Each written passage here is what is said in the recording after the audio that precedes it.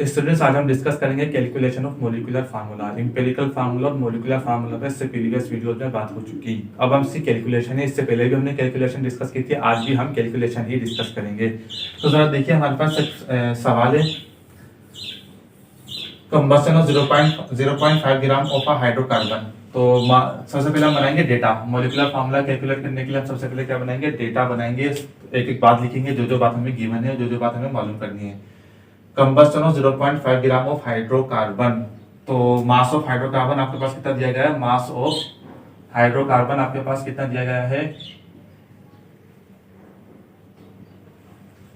0.5 ग्राम। 0.5 ग्राम आपको दिया गया हाइड्रोकार्बन। प्रोड्यूस 1.515 ग्राम CO2। तो मास ऑफ CO2 आपके पास कितना दिया गया है, मास ऑफ CO2 1.515 ग्राम। अच्छा, N 0.77 ग्राम ऑफ H2O। तो मास ऑफ H2O भी देख लिया कितना दिया गया है आपको, मास ऑफ H2O 0.77 ग्राम दिया गया है आपको H2O।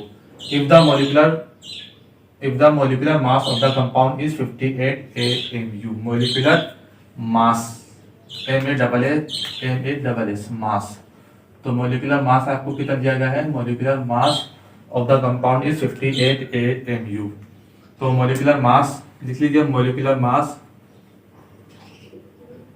ऑफ कंपाउंड कितना दिया गया है आपको, 58 AMU, एटॉमिक मास यूनिट दिया गया है। डिटरमिन इस मोलिकुलर फार्मूला, इसका मोलिकुलर फॉर्मूला आपको डिटरमिन करना है, मालूम करना है, कैलकुलेट करना है। तो इसका क्वेश्चन मार्क आ जाएगा।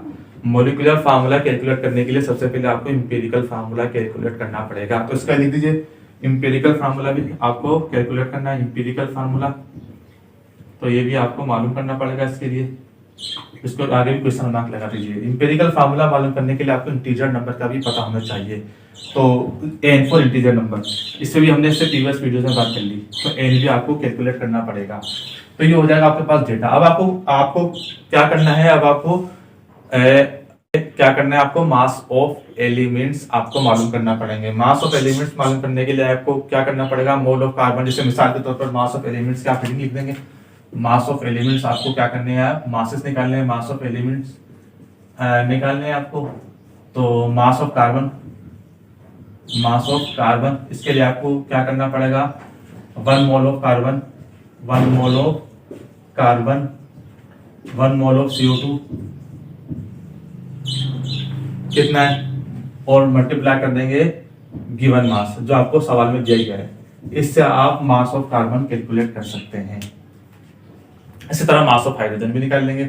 मास of hydrogen, mole of hydrogen, और जितने मोल है H2O के उससे देके डिवाइड करके मल्टीप्लाई कर देंगे जो उसका गिवन मास है, वो भी कर लेते हैं। अब मास ऑफ कार्बन देखिए, मास ऑफ कार्बन निकालने के लिए आपको क्या करना पड़ेगा, मास ऑफ कार्बन जरा देखिए, 1 mole of carbon, 1 mole of carbon कितना है आपके पास, 12। 1 मोल ऑफ CO2 कितना है, 44। निकाल लीजिएगा। CO2 का फार्मूला बस निकालेंगे, कार्बन जैसे CO2 12 मल्टीप्लाई 1 प्लस 16 मल्टीप्लाई 2, तो 32 हो गया, प्लस 12 44 AMU आ जाएगा। तो इसलिए 44 आया। मल्टीप्लाई गिवन मास कार्बन का कितना दिया है, 1.515, वैल्यू क्या आएगी 0.41 ग्राम आ जाएगा। ये आएगा आपके पास mass of carbon. Mass of carbon आपके पास आ जाएगा। अब इस तरह आप हाइड्रोजन, मास ऑफ हाइड्रोजन की वैल्यू भी कैलकुलेट करेंगे। उसके लिए क्या करना पड़ेगा, उसके लिए फॉर्मूला ऐसे ही होगा, मास ऑफ हाइड्रोजन ये लिखेंगे, मास ऑफ हाइड्रोजन, हाइड्रोजन आपके पास कितना है H2। तो 2 mole of hydrogen, 2 moles of hydrogen और 1 मोल ऑफ H2O कितना, वो भी देख लीजिएगा, 1 मोल ऑफ H2O और multiply given mass of, given mass जो भी दिया हुआ है H2 को 0.77 है, इससे मल्टीप्लाई करेंगे। तो देख लें इसकी भी कैलकुलेशन। मास ऑफ हाइड्रोजन आपके पास निकालने के लिए 2 moles of hydrogen, 2 moles of hydrogen, 2 divided by 18 और मल्टीप्लाई गिवन मास कितना दिया हुआ आपके पास, 0.77। तो इससे 0.77 से आप मल्टीप्लाई करेंगे तो ये आपके पास क्या आएगा, मास ऑफ हाइड्रोजन की वैल्यू आ जाएगी। मास ऑफ हाइड्रोजन। ये आपके पास मास ऑफ हाइड्रोजन की वैल्यू कैलकुलेट करने का फार्मूला था। तो कितना आएगी 0.085 तक वैल्यू आ जाएगी मास ऑफ हाइड्रोजन, इस तरह आपके पास आ जाएगा। तो ये निकालने के बाद आप क्या करेंगे, परसेंटेज ऑफ एलिमेंट्स निकालेंगे। तो परसेंटेज ऑफ एलिमेंट्स का हेडिंग लिख दीजिए, परसेंटेज ऑफ एलिमेंट्स आपको कैलकुलेट करनी है। परसेंटेज ऑफ एलिमेंट्स, तो आप कार्बन और हाइड्रोजन के जो कंपाउंड है उसकी परसेंटेज निकालनी है, कितना कितना परसेंट ये दिया गया है। तो क्या करेंगे आप, परसेंटेज ऑफ एलिमेंट्स निकालने के लिए परसेंट ऑफ कार्बन सबसे पहले आप निकालेंगे, परसेंटेज ऑफ कार्बन। तो परसेंटेज ऑफ कार्बन निकालने के लिए एक फार्मूला है, वो आपको फार्मूला सबसे पहले पता होना चाहिए। तो परसेंट ऑफ कार्बन निकालने के लिए मास ऑफ कार्बन जो आपने निकाला है, मास ऑफ कार्बन हो जाएगा, और given mass of compound, given mass of compound कितना है 0.5 ग्राम। तो गिवन मास ऑफ कंपाउंड हो जाएगा मल्टीप्लाई बाय 100। ये आपके पास परसेंटेज निकल जाएगी। मास ऑफ कार्बन आपने कितना निकाला 0.41 निकाला है, और गिवन मास ऑफ कंपाउंड कितना है 0.5 ग्राम दिया हुआ है आपको, और मल्टीप्लाई कर देंगे 100 से, तो आपके पास कितना आंसर आएगा 82 आ जाएगा। इसका आंसर कितना आएगा 82 इसका आंसर आएगा। तो आप लिख दें 82% ऑफ कार्बन, 82%, यानी कार्बन कितना है आपके पास 82% आया है। इसी तरह परसेंटेज ऑफ हाइड्रोजन भी निकालेंगे। तो परसेंटेज ऑफ हाइड्रोजन निकालने के लिए देख लीजिए, percentage of hydrogen, percent of hydrogen भी हम निकालेंगे। तो इसके लिए क्या देख लें, फार्मूला देखें, बिल्कुल यही फार्मूला होगा आपके पास, mass of hydrogen, mass of hydrogen, mass of compound multiply by 100। ये आपके पास हाइड्रोजन के परसेंटेज इसी तरह निकालेंगे, बिल्कुल इसी फार्मूले के तहत। तो परसेंटेज ऑफ हाइड्रोजन देख लें, मास ऑफ हाइड्रोजन आपको कितना निकाला आपने 0.085 ग्राम। तो 0.085 ग्राम आपने निकाला। मास ऑफ कंपाउंड कितना दिया हुआ है 0.5 दिया हुआ है, इसको मल्टीप्लाई कर दीजिए आप 100 से, तो परसेंटेज ऑफ हाइड्रोजन आ जाएगी।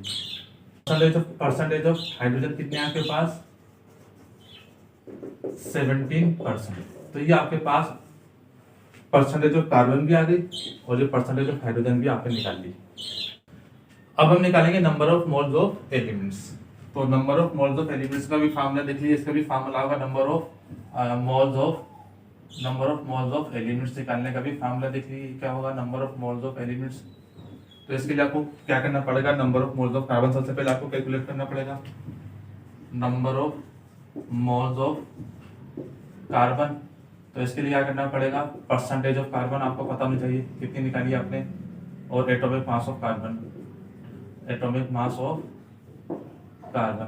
तो परसेंटेज ऑफ कार्बन आपने कितनी निकाली है 82% निकाली। एटॉमिक मास ऑफ कार्बन कितना है 12 है, तो 82 को 12 से डिवाइड कीजिए, 6.8 मोल्स आ जाएंगे आपके पास। तो ये number of moles of carbon आ गई। इसी तरह आप करेंगे number of moles of hydrogen, number of moles of hydrogen भी आप कैलकुलेट कर लेंगे, number of moles of hydrogen भी आप कैलकुलेट कर लेंगे। तो उसके लिए क्या करेगा, परसेंटेज ऑफ हाइड्रोजन जो आपने अभी निकाली है, और atomic mass of hydrogen, atomic mass of hydrogen, ये भी इसका फार्मूला आपको पता होना चाहिए। ये सारा फार्मूला है, इसमें कैलकुलेशन है। तो परसेंटेज ऑफ हाइड्रोजन आपने कितना निकाली 17% आया हाइड्रोजन, और एटॉमिक मास ऑफ हाइड्रोजन कितना आया, कितना आपके पास 1 है, तो ये कितना आएगा 17 ही आ जाएगा। तो ये आपके पास क्या हुआ, number of moles of hydrogen आपके पास आ जाएंगे इस तरीके से। ठीक है, इसके बाद आप निकालेंगे सिंपल रेशो, सिंपल रेशो, सादा अददी तनासुब समझें, सिंपल रेशो आप निकालेंगे। तो इसके लिए क्या करना पड़ेगा आपको, number of moles of carbon को या number of moles of elements को लीस्ट वैल्यू से, स्पेशल लीस्ट वैल्यू कौन सी आपके पास जिस सबसे कम आई है वो 6.8 है, तो इससे डिवाइड कर देंगे दोनों को। कैसे करेंगे जरा देख लीजिए, कार्बन का निकालना है, नंबर ऑफ मोल्स जो अभी आपने निकाले हैं, नंबर ऑफ मोल्स और लीस्ट वैल्यू।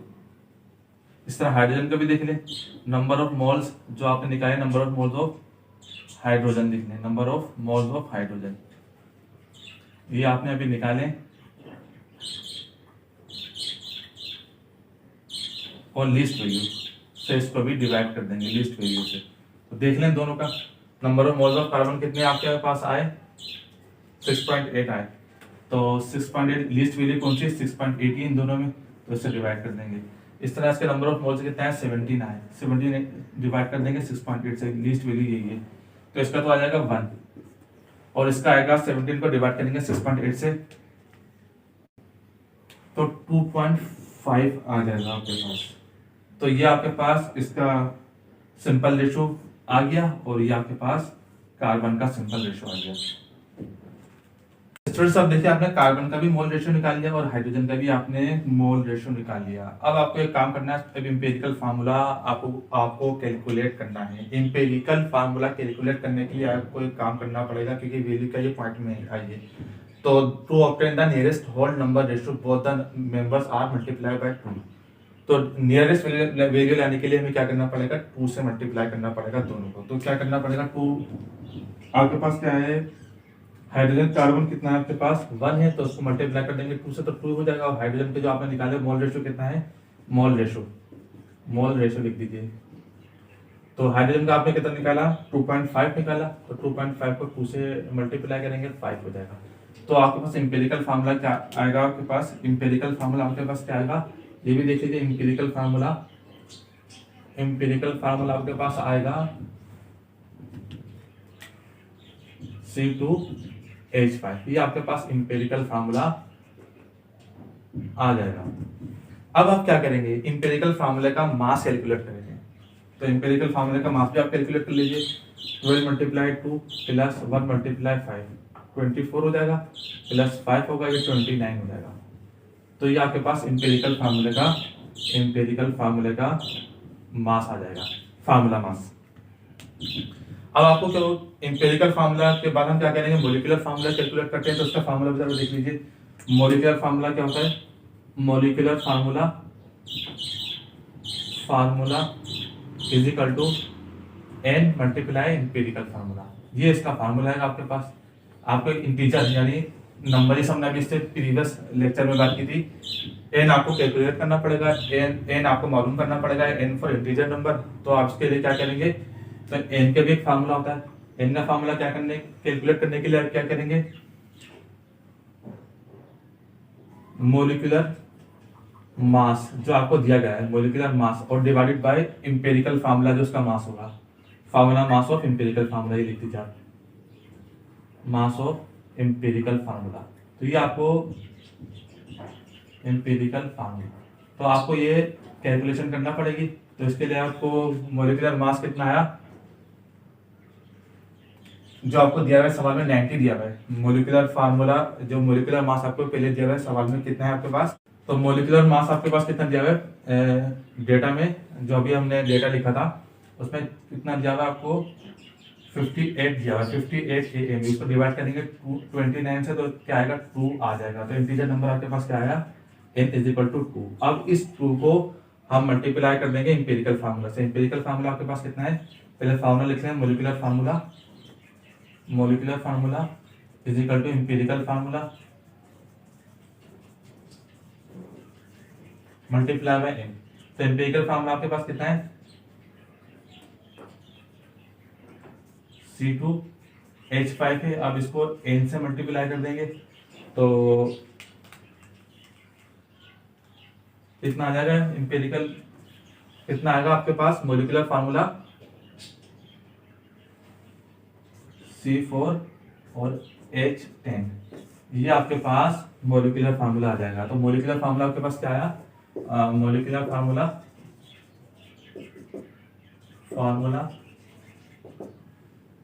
C4 और H10, ये आपके पास क्या आ गया, molecular formula of the compound आ जाएगा। इस तरीके से आप molecular formula of the compound मालूम कर सकते हैं।